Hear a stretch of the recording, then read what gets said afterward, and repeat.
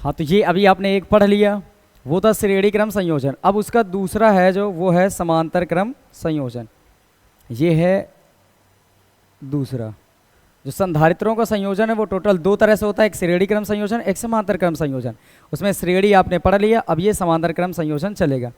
तो इसके पहले हम एक चित्र बना लेते हैं और फिर इसके बाद करते हैं। देखो समांतर क्रम में अभी जैसे पीछे बता के आए थे कि अलग अलग रास्तों में जोड़ना है। तो मान लो कि जैसे कि ये अपने पास एक परिपथ बनाया जा रहा है,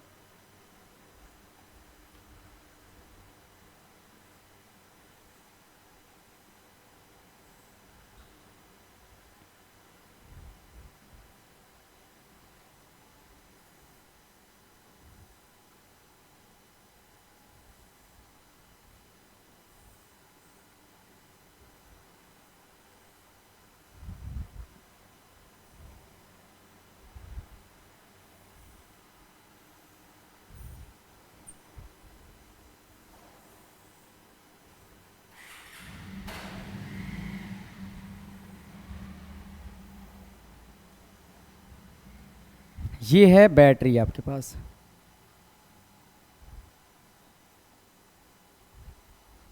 और हम लोग क्या समझेंगे, ये जो तीन संधारित्र लगे हैं, थोड़ा सा अच्छा बना दिया जाए।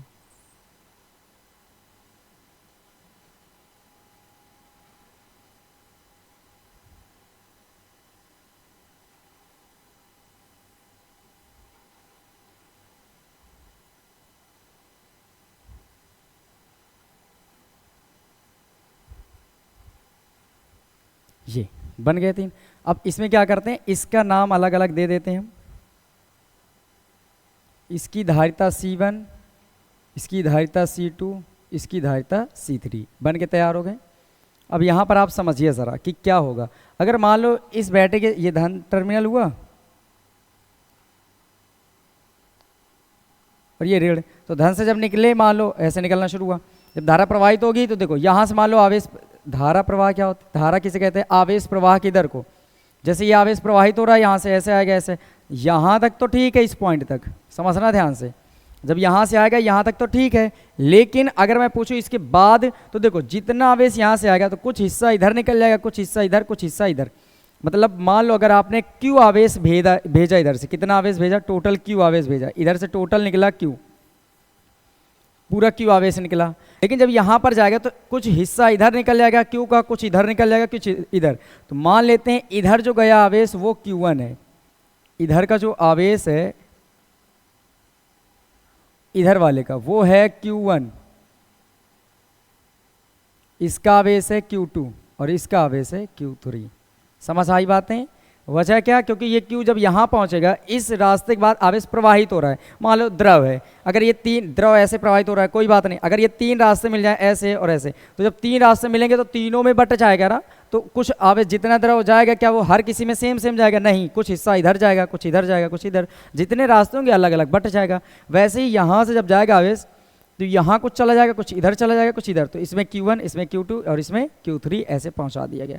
अब यहाँ से बात आती है कि विभवांतर की बात करो तो ये दोनों के ही दोनों, ये तीनों देखो, तो एक पॉइंट ये देखो और एक पॉइंट ये देखो, तीनों के तीनों संधारित्र इन्हें दोनों बिंदुओं से जुड़े हैं या नहीं, तो जुड़े हैं। क्योंकि देखो इसकी एक प्लेट इधर, एक प्लेट इधर, इसकी भी एक इधर, एक इधर, एक इधर, मतलब जब सेम बिंदुओं पर जुड़े हैं तो विभवांतर का मान क्या हो जाएगा, बोलो सेम हो जाएगा, क्योंकि विभवांतर बिंदुओं के बीच का होता है। तो ये सेम बिंदुओं से जुड़े हैं मतलब विभवांतर भी सेम होगा। तो मैं यहाँ पर बनाकर बता देता हूँ कि इन बिंदुओं के बीच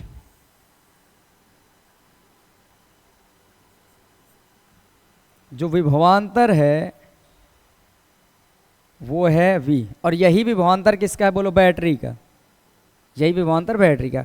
अब एक बात ये समझ लो कि अगर परिपथ में कोई चीज समांतर क्रम में जोड़े हैं, प्रतिरोध भी आगे पढ़ेंगे चैप्टर नंबर 5 में, यहाँ संधारित्र समझ लो, चाहे प्रतिरोध समांतर क्रम में जुड़े हो या संधारित्र जुड़े हों, तो समांतर क्रम में जब भी जुड़े होंगे तो उनके विभवांतर क्या होंगे, सबके सेम होंगे, और वो विभवांतर परिपथ के विभवांतर के बराबर होता है। ये बात आपको याद रखनी है। तो यहाँ से अब आगे बढ़ते हैं। आपको एक बात पता चल गई होगी कि इन बिंदुओं के बीच, जो ये बिंदु है और ये बिंदु है, इन दोनों बिंदुओं के बीच विभवांतर कितना है, V, वही परिपथ का विभवांतर है। C1 मतलब पहले संधारित्र का विभवांतर V, C2 के सिरों का V, C3 के सिरों का V, तो इन सब में V सेम है। अब आ जाते हैं अपने एक कॉन्सेप्ट पर। इसे पहले वाले में श्रेणी वाले में जैसे ही बताया गया था, तो उसमें हर एक बात मैंने समझाई अच्छे से। वहां पर मैंने क्या समझाया था आप समझिए। वहां पर मैंने ये कहा था कि अगर आपको निकालना हो संधारित्र की धारिता, तो C बराबर फॉर्मूला होता है C बराबर Q/V। यहां पर मैंने पहचान करनी बताई थी कि C निकालना है तो C को छोड़ो, बचा क्या V और Q और V। तो Q और V में देखो कि अपनी परिपथ में सेम क्या है, तो V है तो V को भी छोड़ दो, बचा क्या बोलो Q। मतलब ये हुआ कि जब जिस परिपथ में हल कर रहे हो तो उसमें जिसको निकालना है उसको पहले इरेज कर दो, फिर ये देखना है कि कौन इसमें सेम है उसको भी इरेज कर दो। जो बचे मान लो फॉर्मूला उसी का बनाना है, मतलब हमें किसका फॉर्मूला बनाना होगा Q का। तो बताओ अगर Q का फॉर्मूला बनाएंगे तो ये चीज़ जो बटे में है, ये चीज़ जो बटे में इधर आएगी तो गुणे में हो जाएगी। तो Q बराबर क्या बन के तैयार होगा CV। Q बराबर क्या बन जाएगा CV। इस फॉर्मूले का आपको यूज़ करना है। क्यों? क्योंकि देखो Q1 Q2 Q3 अलग अलग हैं, तो Q अलग है तो हम Q का फॉर्मूला लगाएंगे। पीछे वाले में बताया था कि V अलग है तो V का फॉर्मूला लगाओ, Q अलग है तो Q का फॉर्मूला लगाओ। क्या कॉन्सेप्ट क्लियर हुआ पूरी तरह से? तो अब आते हैं अपने डेरिवेशन में।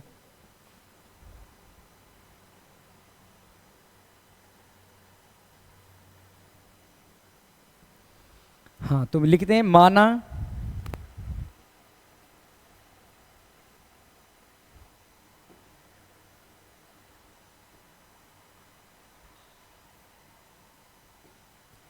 माना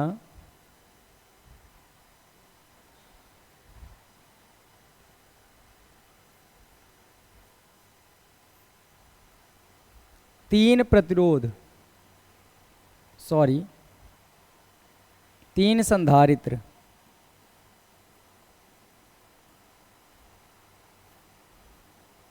C1, C2, C3 परस्पर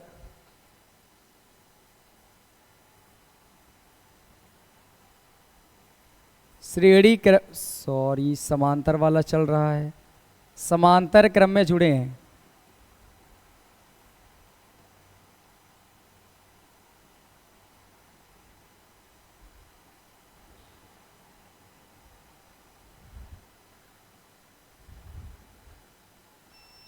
जिनमें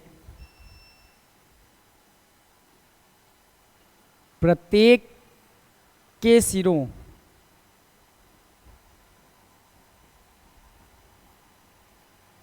के बीच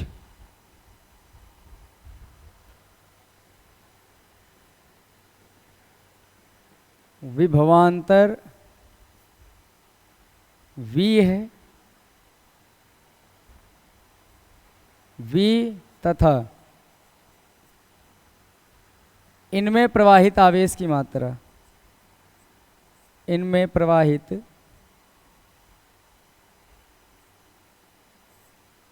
आवेश की मात्रा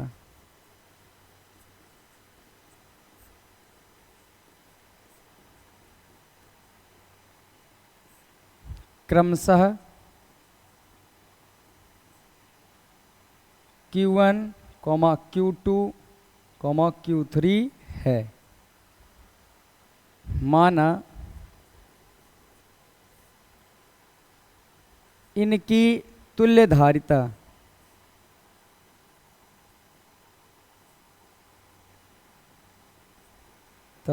C तथा कुल आवेश Q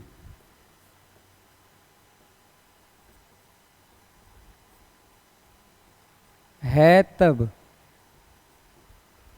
ये पूरी हेडलाइन वो चीज़ है जो इसमें बनी है। देखिए सुनिए ज़रा, ये तीन है C1, C2, C3 किस क्रम में है? समांतर क्रम में।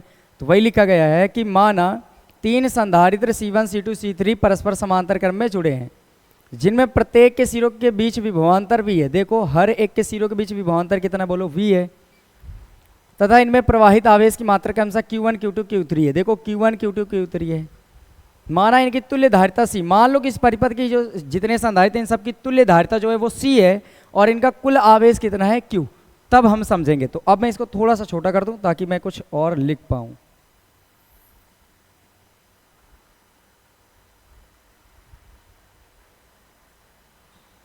ठीक है, आ जाते हैं अब अपने टॉपिक में। यहां से क्या करेंगे हम लोग कि ये जो फॉर्मूला बनाया था इधर Q बराबर CV बनाया था इधर, इस फॉर्मूले का अच्छे से यूज करेंगे।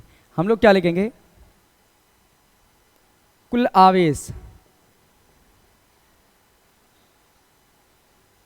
लिख देते हैं, परिपथ में प्रवाहित आवेश,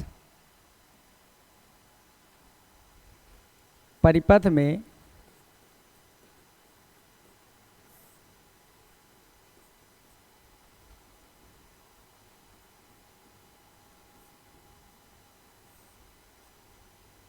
प्रवाहित आवेश। तो बताइए आवेश का फॉर्मूला क्या होता है, Q बराबर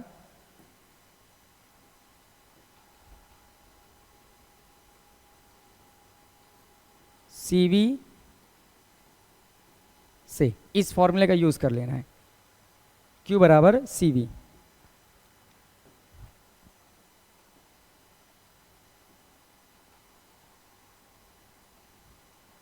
Q बराबर CV बन के आ गया। अब मुझे एक बात बताइए, ये तो पूरे परिपथ का है, लेकिन अगर मैं इन संधारित्रों के लिए अलग अलग निकालूं तो फिर फॉर्मूला अलग अलग बनेगा। तो क्या लिखते हैं, पहले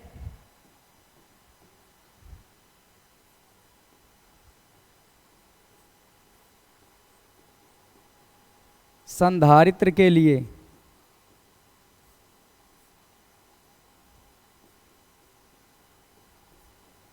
अगर पहले संधारित्र की आप बात करेंगे तो आप मुझे ये बताएं, Q की जगह में बोलो पहले संधारित्र का आवेश कितना है, Q1। तो जहां अपने पास Q है वहां पर कितना आ जाएगा, बोलिए Q1 आ जाएगा। Q की जगह में कितना आ जाएगा, बोलो Q1। C की जगह में कितना आ जाएगा, बोलो पहले संधारित्र का कितने धारिता C1, तो C की जगह में आ जाएगा C1। और V विभवांतर इसके सिरों के बीच कितना, बोलो इस बिंदु के बीच कितना है V, तो ये यहां पर आ जाएगा V। समझ आ गया होगा कि Q1 बराबर C1 V। अगर मैं लिख दूं इसी प्रकार,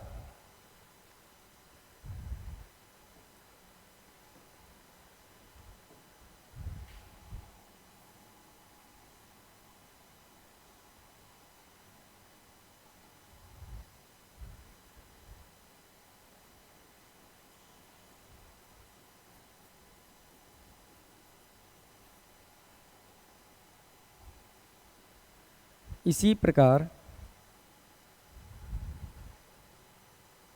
अगर इसी प्रकार देखो Q1 बराबर C1V बना है तो Q2 बराबर क्या बनेगा, C2V। भाई Q2 बराबर C2V बन जाएगा। तो Q2 बराबर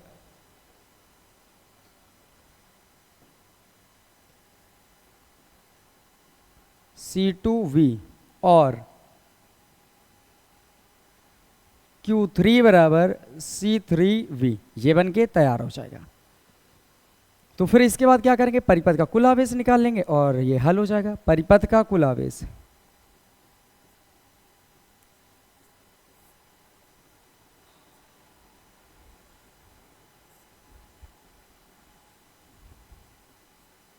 कुल आवेश Q बराबर क्या बन के तैयार होगा, बताइए जरा। Q बराबर जो बनेगा वो बनेगा Q1 plus Q2 plus Q3। क्यों, क्योंकि आवेश परिपथ का कुल कितना है, Q1 Q2 Q3। देखो ये Q निकलेगा, इधर से गया Q1 Q2 Q3 में बटा, जब तीनों यहाँ से निकलेंगे तो फिर से Q भी तो मिल जाएगा। मतलब Q1 Q2 Q3 तीनों का योगफल किसके बराबर आएगा, Q के बराबर। अब ये यहाँ पर वैल्यू पुटअप करिए, तो बताओ वैल्यू पुटअप करोगे तो कितना ले आओगे आप। Q की जगह में कितना है, बोलो CV, तो Q बराबर आ जाएगा CV।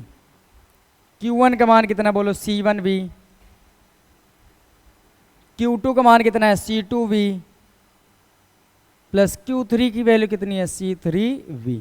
अब देखिए यहां से क्या बनेगा, CV।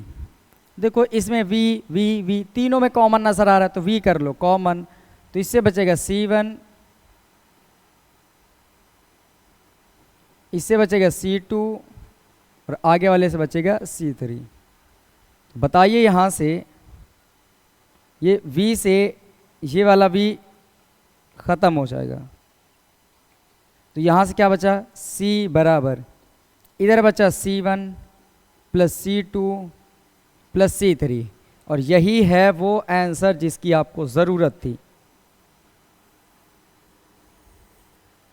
आई होप कि ये डेरिवेशन आपको बड़े ही अच्छे तरीके से समझ आया होगा। बिल्कुल आसान है। कॉन्सेप्ट ये है कि परिपथ में चेक करो, जैसे धारिता निकालनी तो धारिता को छोड़ दो, अब बचेगा Q और V। Q और V में ये चेक करो कि परिपथ में किस चीज़ का मान अलग अलग है। यहाँ पर आप पता करोगे V तो हर जगह सेम है तीनों में, मतलब Q अलग है, तो आपको फॉर्मूला जो भी बनाना है Q में बनाना है, Q बराबर CV, इसके अकॉर्डिंग चलते रहो और बन के तैयार हो जाएगा। तो आई होप कि ये सारी चीज़ें आपको समझ आ गई होंगी। इससे रिलेटेड एक नोट पॉइंट है, जैसे उसमें लिखाया था वैसे इसमें भी लिखा देते हैं और आपका ये डेरिवेशन हो जाएगा कंप्लीट। फिर तैयार रहना है एक बेहतरीन लेक्चर के लिए जो सबसे बड़ा डेरिवेशन होगा और सबसे इंपॉर्टेंट डेरिवेशन होगा। तो इसका जल्दी से हम तैयार कर लेते हैं नोट पॉइंट। उससे पहले इस चित्र को हटा दिया जाए।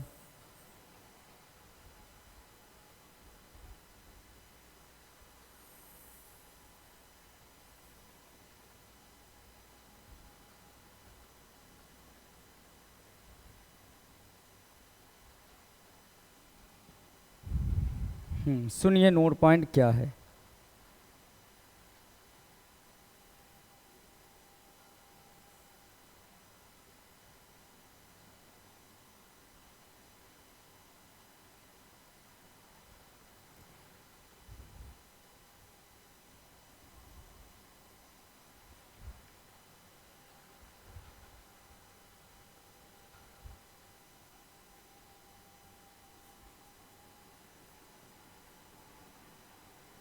नोट पॉइंट, यहाँ पर नोट पॉइंट ये है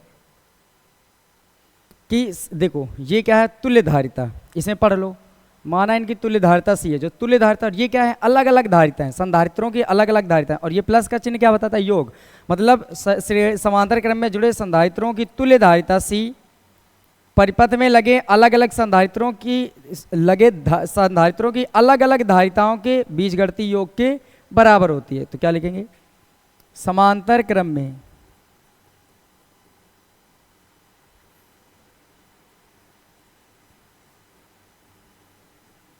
जुड़े संधारित्रों की तुल्य धारिता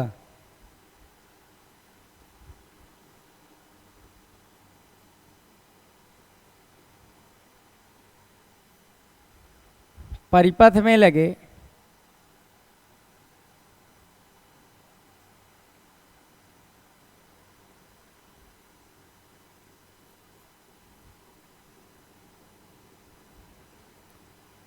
संधारित्रों की अलग अलग धारिताओं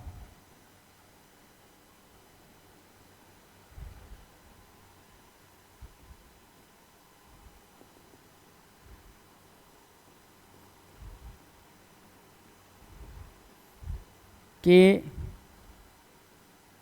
बीजगणितीय योग के बराबर होता है।